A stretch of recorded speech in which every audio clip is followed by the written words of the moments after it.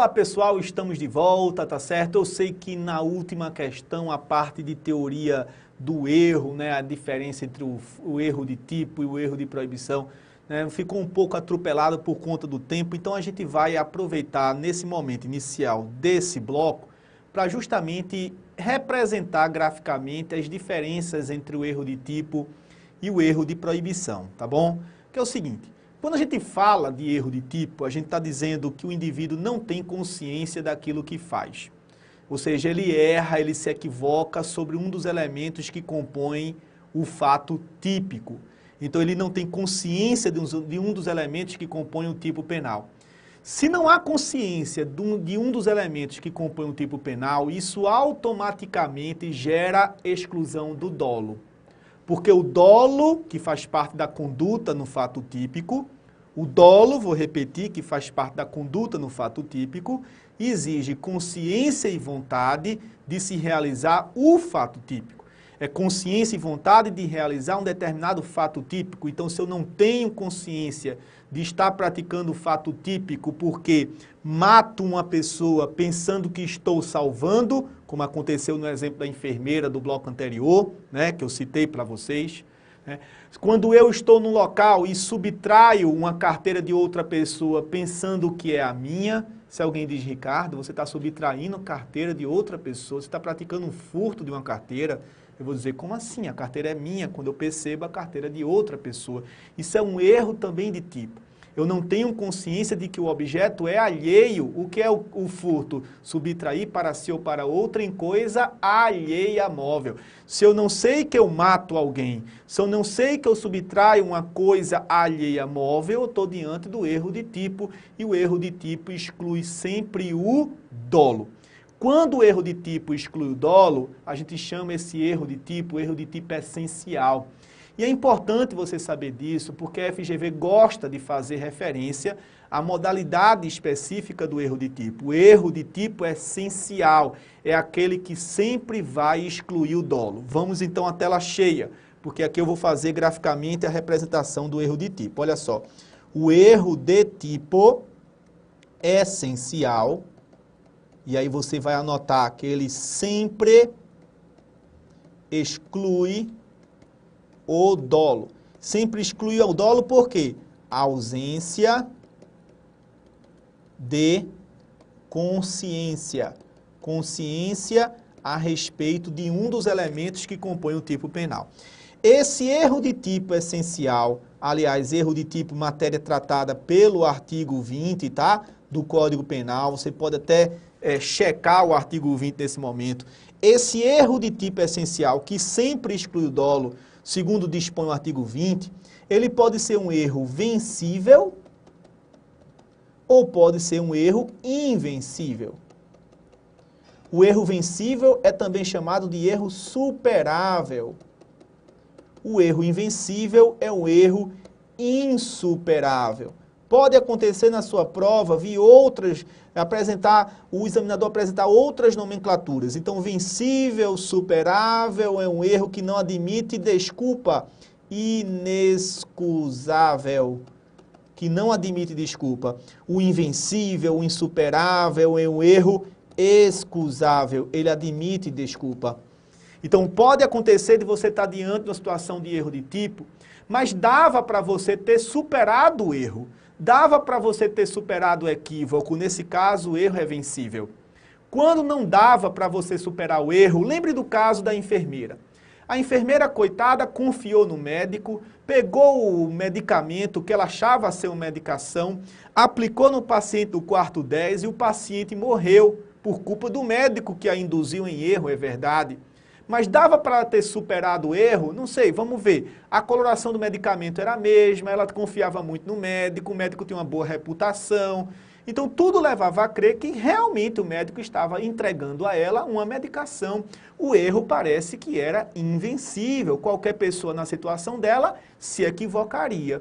Agora, se pelas circunstâncias desse para ela superar o erro, o médico já tinha uma má reputação, já respondia processo criminal por homicídio, o médico entregou um recipiente com uma substância com a coloração diferente, muito diferente, a consistência também muito diferente daquela que seria o antibiótico mencionado no recipiente. Então dava para perceber, talvez houvesse a previsibilidade de que ali dentro daquele recipiente não havia medicação, e sim uma determinada substância venenosa, não é verdade? Então, nesse caso, o erro seria vencível. Tudo bem, Ricardo, mas quais são as consequências do erro vencível ou invencível quando for em erro de tipo? Aí vamos voltar para a tela cheia. Como eu disse, o erro de tipo essencial, ele sempre exclui o dolo. Então, você vai colocar assim, exclusão do dolo, no caso do erro vencível, e do erro invencível também exclusão do dolo, tá certo? Sendo que no erro vencível, apesar de você ter exclusão do dolo, permite-se, segundo o artigo 20, permite-se a punição por crime culposo.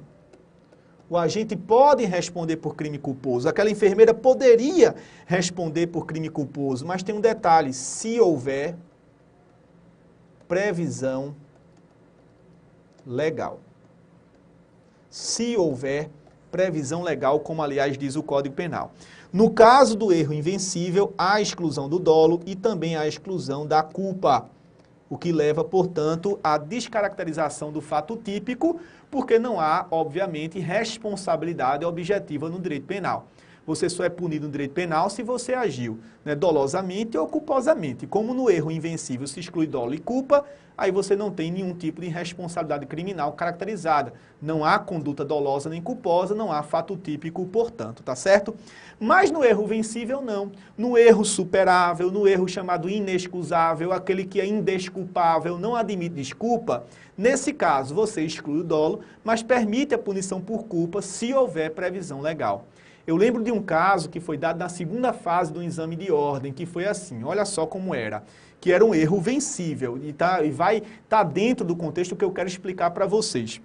Uma mulher uma senhora de idade, dizia a questão, estava indo para a rodoviária, chegou na rodoviária para pegar o seu ônibus e fazer uma viagem, e foi interceptada por um rapaz bem apessoado, coisa e tal, e pediu a ela para que ela levasse para o local de destino dela uma determinada mercadoria que seria entregue a um primo enfermo. Então ele entregou a mercadoria, era um isopor lacrado, que ele dizia que havia medicação para esse seu primo enfermo. A senhora, confiando, a pessoa de idade, confiando na boa-fé daquele rapaz bem apessoado, levou, né, o que ela imaginava ser uma medicação para o primo enfermo. Acontece que no meio do caminho, a polícia rodoviária fez uma batida uma revista naquele ônibus em que ela se encontrava, e na bagagem dela foi encontrado esse recipiente com uma grande quantidade de cocaína. Ela se assustou, porque ela não sabia que estava trazendo consigo drogas. Ela confiou naquele rapaz que tinha abordado ela lá na rodoviária. Pois bem, o erro dela é vencível ou invencível? Ela não sabia o que fazia, ela não sabia que transportava droga, então o erro é de tipo, não é de proibição. Seria erro de proibição se ela soubesse que era droga, mas pensasse que fosse ilícito, não é verdade? Então o erro é de tipo. É vencível ou invencível? Ora, todo mundo sabe que você não pode confiar numa pessoa estranha e pegar um objeto para transportar sem saber nem o que está dentro, né? Nem verificar o conteúdo do recipiente, o erro é vencível. E o que acontece no erro vencível dessa senhora do exemplo da questão? Bom, exclui o dolo dela, mas ela poderia ser punida por crime culposo, ela poderia ser responsabilizada por tráfico culposo. O problema é que não existe tráfico culposo. Por isso que o artigo 20 ele faz essa referência final, se houver previsão legal. Porque se não houver previsão legal da conduta culposa, não há responsabilidade pela culpa, consequentemente ela fica isenta de responsabilidade nessa situação concreta. Em tese, ela poderia ser punida por tráfico culposo, já que ela não teve cuidado ao transportar aquela substância dada por outra pessoa, né, aquele objeto dado por outra pessoa com substância entorpecente. Mas mas não existe tráfico culposo que faz com que a conduta dela se torne atípica, a conduta dela se torna atípica. Tranquilo? Deu para entender direitinho aqui o erro de tipo? Vejam como é diferente, então, agora do erro de proibição. O erro de proibição é um pouquinho diferente, então, e ele tem consequências diferentes também para a própria teoria do crime, tá certo? Vou esquematizar o erro de proibição agora, na sua tela cheia. Vamos lá. Erro de proibição. A gente já viu que no erro de proibição, que a OAB gosta de chamar, a FGV gosta de chamar de erro de proibição direto, porque o erro de proibição indireto é aquele que decorre de uma discriminante putativa, enfim. O erro de proibição direto, ele está tratado no artigo 21 do Código Penal, tá certo? Quando diz lá que o desconhecimento da lei é inexcusável, mas o erro sobre a ilícito do fato pode isentar de pena, etc. Então, o erro de proibição direto ocorre, então, naquelas situações em que o indivíduo sabe o que faz, pensa que está agindo conforme, quando na verdade está agindo contrariamente à ordem jurídica. A gente já viu isso, como no caso lá do Weslow, aquele holandês que foi dado pela questão objetiva no finalzinho do bloco anterior. Pois bem, o erro de proibição direto, ele também pode ser classificado como erro de tipo invencível e invencível, tá bom? E aqui as mesmas coisas, tá? O erro vencível é o erro superável. Você pode chamar esse erro de inexcusável. E o erro invencível é o erro, né, insuperável, que não dava para o agente ter superado, apesar de toda a diligência do mundo. E é um erro que admite desculpa, é um erro que admite excusa, é um erro excusável. Sendo que o erro de proibição, ele não interfere no dolo do agente. Enquanto o erro de tipo é um problema do fato típico, é um problema de dolo e de culpa, o erro de proibição é um problema da culpabilidade, terceiro elemento do crime. O erro de proibição, ele pode excluir a culpabilidade pela ausência da potencial consciência de ilicitude, ou ele pode diminuir a culpabilidade, reduzindo a reprovação do agente, quando o erro for considerado um erro vencível. Então, toda a repercussão do erro de proibição está dentro da culpabilidade, terceiro elemento do crime. Erro de tipo é problema do fato típico, tipo, fato típico, tá? Agora, o erro de proibição é um problema do erro quanto à proibição da conduta. É um erro quanto à potencial consciência de ilicitude. Ele interfere, aliás, na potencial consciência de ilicitude. Então, ele interfere, consequentemente, na própria culpabilidade do agente. Então, são diferentes as consequências do erro de tipo e do erro de proibição. Vamos ver, então, aqui na nossa tela. Se o erro de proibição for um erro de proibição direto invencível, chamado de insuperável, chamado de erro de um erro excusável, aquele que admite realmente excusa, desculpa, haverá isenção de pena. Isenção de pena pela ausência de culpabilidade, que é o terceiro elemento do crime. E a ausência de culpabilidade, gente, pela ausência de um dos seus elementos, que é a ausência da potencial consciência da ilicitude. Então, a gente perde a potencial consciência de ilicitude, consequentemente, age sem culpabilidade, e sem culpabilidade não haverá crime, já que ele vai ficar isento de pena consequentemente. Agora, se o erro for vencível, se o erro for considerado superável, se o erro for considerado excusável, como diz o artigo 21, nesse caso a pena poderá ser reduzida, aí você coloca aí, redução de pena de 1, como diz o artigo 21, a redução de pena aqui vai acontecer no molde de diminuição de um sexto a um terço. De um sexto a um terço. Tá? Tá lá no finalzinho da redação do artigo 21 do Código Penal. Bom, esquematizado o erro de tipo, esquematizado o erro de proibição, você tem que saber que o erro de tipo essencial exclui o dolo, que ele pode ser vencível ou invencível, excluindo dolo e culpa quando é um erro invencível, excluindo o dolo, mas permitindo a punição por culpa quando o erro for vencível e se houver previsão legal. E o erro de proibição é um pouco diferente, porque o indivíduo sabe o que faz, mas pensa que está agindo conforme quando age contrariamente à ordem jurídica, e toda a sua repercussão na estrutura da culpabilidade. Poderá isentar o agente de pena, excluindo a culpabilidade pela ausência da potencial consciência de licitude, se for invencível, e sendo vencível, apenas reduzir a pena de 1/6 ao terço, como diz a última parte ali do artigo 21. Tranquilo? Outras coisas nós vamos ver ainda sobre a teoria do erro. A teoria do erro não é tão simples assim.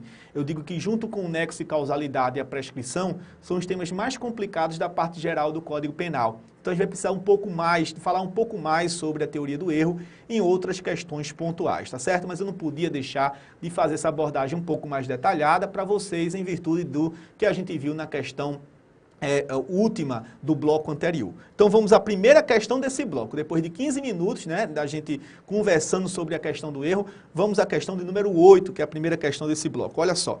Lúcia, objetivando conseguir dinheiro, sequestra Marcos, jovem cego. Olha, se ela tinha o objetivo de sequestrar Marcos, como diz aqui, né, para obter dinheiro, eu já tenho de fato aqui a caracterização do crime do artigo 159 do Código Penal, que é o crime de extorsão mediante sequestro, né? O crime vai se consumar no momento em que Marcos for efetivamente sequestrado, independentemente dela alcançar esse objetivo. O objetivo dela, que a gente chama de dolo específico ou elemento subjetivo especial do tipo, é relevante apenas para identificar o tipo de crime que foi cometido.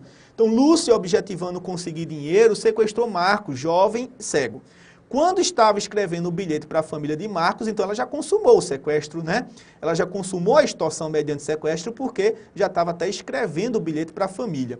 Estipulando o valor do resgate, Lúcia ficou sabendo pela própria vítima que sua família não possui dinheiro algum. Eita, então ela não conseguiu receber o que ela queria, mas isso é irrelevante. O crime de extorsão mediante sequestro ele vai se consumar no momento em que a vítima é arrebatada, no momento em que a vítima é privada de liberdade. Assim, verificando que nunca conseguiria obter qualquer ganho, Lúcia desiste da empreitada. Terminou tarde, já tinha consumado a infração penal. E coloca Marcos dentro de um ônibus, orientando-o a descer do coletivo em determinado ponto. Aí vamos ver aqui quais são as alternativas que ele apresenta. Com base no caso apresentado, assinale a afirmativa correta. Vamos lá, então. Letra A. Lúcia deve responder pelo delito de sequestro ou cárcere privado apenas. Não é sequestro, porque no sequestro ou cárcere privado, o agente tem intenção de apenas privar a vítima de sua liberdade, né, independentemente dessa finalidade especial.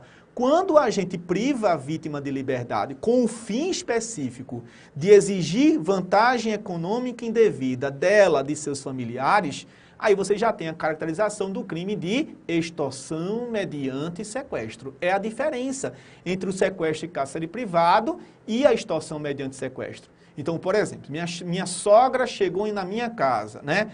Aí eu chamei ela para minha casa, ela achou isso muito estranho, porque eu geralmente não faço esse convite para ela vem apenas de intrometida. Então ela tocou na minha campainha, eu abri a porta, chegou lá minha sogra, né? Aí eu disse, por que você me convidou? Eu disse, não, venha cá que eu tenho uma coisa para a senhora, eu fiz um quarto para a senhora acha que eu não gosto da senhora, eu gosto muito da senhora.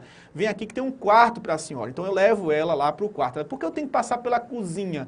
Eu disse, poxa, meu quarto é pequeno, eu sou professor, sou pobre, não é? Então eu tenho que, só tem um quarto aqui que seria da empregada, mas isso que eu remodelei para a senhora, vai ser um quarto muito bom, a senhora vai gostar. Aí quando a gente chega na frente do quarto, ela acha estranho que o quarto tem um bocado de grade. Aí, por que essas grades? Eu disse, para prender a senhora. Aí joga ela lá dentro, fecho a grade. Então isso seria o quê? Isso seria um crime de sequestro, eu estou privando ela de liberdade. Deixei ela presa, isso é um crime de, aliás, cárcere privado, né? É porque é o mesmo tipo penal, sequestro e cárcere privado. Mas seria o cárcere privado efetivamente. Agora, se eu faço isso, veja, eu vou mudar o tipo penal. Se eu, depois de ter privado ela de liberdade, peguei o meu telefone, liguei para o meu sogro e disse, olha, ela está aqui comigo. Ela quem? A sua esposa está aqui comigo. E eu vou lhe dizer uma coisa, eu só devolvo se o senhor me pagar 400 mil reais. Veja, a minha intenção de ter sequestrado a vítima, de ter privado a vítima de liberdade, de ter colocado a vítima num cárcere privado, nesse caso especificamente, para exigir da família um valor como condição para a libertação, já caracteriza o delito de extorsão mediante sequestro, consumado o crime, inclusive. Não foi um crime tentado, foi consumado. Mas você nem recebeu a vantagem devida. A vantagem devida é exaurimento do crime, é o esgotamento do crime. O crime é formal. Muito cuidado. O que é um crime formal? Crime formal, como a extorsão mediante sequestro é é aquele crime em que a lei descreve um resultado. Mas esse resultado ele não precisa necessariamente ser alcançado para a sua consumação. Basta que a conduta seja praticada, independentemente do resultado que a lei descreve ter sido alcançado, ter sido realmente concretizado. Então, nesse exemplo especificamente, ainda que meu objetivo não tenha sido alcançado, o crime de extorsão mediante sequestro estaria caracterizado, que foi o que aconteceu com a Lúcia aqui. A Lúcia consumou o crime de extorsão mediante sequestro. Não adianta ela ter desistido depois de saber que a vítima não tinha dinheiro, nem a família da vítima tinha dinheiro. Ela já tinha consumado o crime de extorsão quando arrebatou a vítima, quando privou a vítima de liberdade com esse objetivo especial de, enfim, extorquí-la ou extorquir os seus familiares, tranquilo? Então, a letra A está errado, não é sequestro e cárcere privado apenas. Letra B, Lúcia não praticou crime algum, pois beneficiada pelo Instituto da Desistência Voluntária. Desistência voluntária, do artigo 15 do Código Penal, é um instituto que só se aplica quando a gente está ainda praticando os atos de execução. Se o indivíduo estiver praticando os atos executórios e voluntariamente desistir de continuar na prática do delito, então ele só responde pelos atos já consumados, pelos atos já realizados, concretizados. Não foi o caso aqui da Lúcia. E não foi o caso da Lúcia porque ela já tinha consumado a infração penal. Ela já passou da fase de execução. Ela já tinha superado, inclusive, a fase de consumação da infração penal. Então não há que se falar em desistência voluntária porque os atos de consumação já se concretizaram. Ela já tinha praticado, já tinha superado há muito os atos executórios. Seria desistência voluntária se no momento em que ela estivesse privando a vítima de liberdade, por exemplo, pegou a vítima no estacionamento e quando estivesse levando para o carro para privá-la de liberdade, ela tinha desistido. Não faça isso comigo, eu sou cego, né, e tal. Aí ela ficou com pena da vítima e soltou a vítima. Isso seria realmente a desistência voluntária. Se no momento de execução da privação de liberdade, com o objetivo de extorquir a família da vítima, ela tivesse abandonado os atos de execução. Mas não foi isso, a vítima já tinha sido privada de liberdade, o crime já tinha sido concretizado. Então não há que se falar da desistência voluntária do artigo 15 do Código Penal. Então a letra A está errada, a letra B também. A letra C, Lúcia deve responder pelo delito de extorsão mediante sequestro, em sua modalidade consumada, perfeitamente. O crime consumado, né, aqui a realização íntegra do artigo 159. Lembrando que o fato dela não ter recebido o dinheiro do resgate, ter desistido, não interfere na consumação do crime de extorsão mediante sequestro, tá? Desde o momento em que a vítima estava privada de liberdade, o crime já estava de fato caracterizado. Letra D, Lúcia não praticou crime algum, pois beneficiada pelo Instituto do Arrependimento Eficaz. Também não é arrependimento eficaz, que aliás é muito semelhante à desistência voluntária, né? Estão inclusive previstos no próprio artigo 15. O artigo 15 trata também do arrependimento eficaz e não só da desistência voluntária. O arrependimento eficaz é interessante porque ele está entre a execução e a consumação. O arrependimento eficaz ocorre quando o indivíduo, já tendo praticado os atos de execução, se arrepende de ter praticado esses atos de execução e evita que a consumação aconteça. Isso é possível em alguns crimes, tá certo? Em que você tem um lapso temporal entre execução e consumação, como acontece com homicídio. Então, se eu atirei, efetuei um disparo de arma de fogo contra a vítima está agonizando, se esvaindo em sangue, então eu pego a vítima, coloco no carro porque estou arrependido, levo ela para o hospital e a vítima consegue se salvar por conta do meu salvamento. Ela consegue se salvar por conta da minha ação, né, de tentar resgatá-la, de levá-la para o hospital, etc. Então, nesse caso, eu tenho um arrependimento eficaz caso a vítima não morra. O médico vai dizer, muito bem, o senhor salvou a vítima, o senhor é um herói. Dizer, não sou bem herói porque fui eu, inclusive, que pratiquei os atos de execução contra ela. Fui eu que atirei nela. Então, enfim, esse arrependimento eficaz vai ter relevância para ele. Porque, como diz o artigo 15, quem se arrependeu dos atos de execução que praticou, evitando que a consumação se concretizasse, também vai contar com aquela ponte de ouro do artigo 15, qual seja, ele só vai responder pelos atos anteriores, nesse caso só responderia pela lesão corporal, não responderia pelo crime de homicídio tentado, né? Obviamente por conta do que dispõe o artigo 15, beneficiando, né, o agente que está nessa circunstância de arrependimento, desde que o arrependimento tenha eficácia, desde que a consumação realmente não aconteça. Isso não se aplica, Lúcia. E não se aplica por quê? Porque ela consumou, ela concretizou de fato a infração penal da extorsão mediante sequestro. Não teria que falar em arrependimento eficaz, porque a consumação já tinha acontecido. O arrependimento eficaz, como eu disse, ele fica entre a execução e a consumação. E só um detalhe importante, também não poderíamos falar nesse caso do arrependimento posterior do artigo 16. Né? O artigo 16, ele se aplica, né, nas situações em que o indivíduo, depois de ter consumado a infração, repara o dano ou restitui a coisa.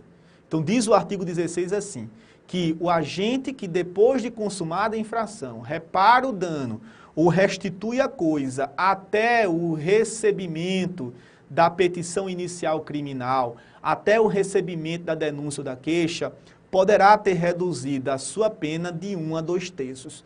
Mas tem um detalhe, o arrependimento posterior, que só existe nessa hipótese em que você tenha a devolução da coisa, a restituição da coisa, a reparação do dano, né? Até o recebimento da petição inicial criminal, só ocorre nos crimes que não envolvam violência ou grave ameaça. Isso está dito lá no artigo 16 do Código Penal. Então, o indivíduo nos crimes que não envolvam violência ou grave ameaça, se reparar o dano, se restituir a coisa, até o recebimento da denúncia ou da queixa, da petição inicial criminal, terá sua pena reduzida de 1 a 2 terços. E óbvio que isso não se aplica à situação da coitada aí da Lúcia. Por que não se aplica a ela? Porque o crime dela é um crime que envolve violência à pessoa, né? Ou pode envolver também ameaça à pessoa, já que se trata de uma privação de liberdade, né, para obtenção de uma vantagem devida. O crime é de extorsão, embora seja de extorsão mediante sequestro, que é um crime que envolve em si um ato de violência, de constrangimento, né, realmente a pessoa da vítima. Então não há que se aplicar o artigo 16 do arrependimento posterior. O arrependimento posterior é muito aplicado nos crimes patrimoniais de furto, de estelionato, apropriação indébita, receptação. Então, depois de consumado o furto, por exemplo, pode acontecer do indivíduo que subtraiu a coisa devolver o objeto subtraído. Mas devolver, né, porque arrependido. Se depois de subtrair a coisa para si, se depois de subtrair a coisa para outrem, se arrepende e posteriormente à consumação, posteriormente à concretização do delito, devolve o objeto até o recebimento da petição inicial criminal, a sua pena poderá, portanto, ser reduzida de 1 a 2 terços, como diz lá, aliás, o artigo 16 do Código Penal. Lembramos de uma situação recente que aconteceu, por exemplo, aqui no estado de Pernambuco. Aliás, em vários estados do Brasil aconteceram isso, né? Aconteceram vários movimentos grevistas da Polícia Militar. Aqui em Pernambuco, no ano passado, no ano de 2014, aconteceu uma greve da Polícia Militar e uma população, né, de determinada cidade terminou invadindo uma loja de eletrodomésticos, eletroeletrônicos, e essas pessoas envolvidas nesse crime, né, nessa infração, nesse saque, como é que a gente costuma dizer, eles começaram a ser filmados, né, pela imprensa, né, subtraindo objetos, as pessoas levando geladeiras nas costas, televisões, etc. Isso foi divulgado até pela imprensa, por um jornal que aparece no domingo, muito assistido. E, enfim, aí depois disso ter sido divulgado nesse telejornal do domingo, na segunda-feira, no dia seguinte, as pessoas que foram, né, filmadas praticando os atos de subtração começaram a comparecer ao departamento de polícia do local, da cidade, e começaram a devolver os objetos. Aí você pode perguntar assim, você pode se perguntar, então nesse caso elas vão responder pela infração penal? Claro, subtraíram as coisas alheias móveis, então elas consumaram os crimes de furto, cada uma praticou o seu furto naquele movimento ali de saque. Agora, o fato de terem devolvido as coisas, ainda que mobilizadas pela divulgação na imprensa, mas o fato de terem mostrado esse arrependimento e terem devolvido os objetos depois da consumação, vai fazer com que as suas penas sejam reduzidas de 1 a 2 terços, como aliás é dito lá no artigo 16, tá certo? É diferente do que acontece com o arrependimento eficaz e com a desistência voluntária. Por isso que lá no artigo 15 do arrependimento eficaz e da desistência voluntária, a gente diz que o legislador criou uma ponte de ouro para o agente delituoso. no artigo 16, arrependimento posterior, foi criado o que a gente chama de uma ponte de prata, tá certo? Bom, o tempo se esgotou, eu usei esse finalzinho para explicar um pouco mais sobre essas questões relativas a resultado. Artigos 15 e 16 caem muito na primeira fase, tá certo? Mas no próximo bloco a gente vai dar continuidade com a questão de número 9, tá certo? Então até o próximo bloco, um forte abraço, até já já!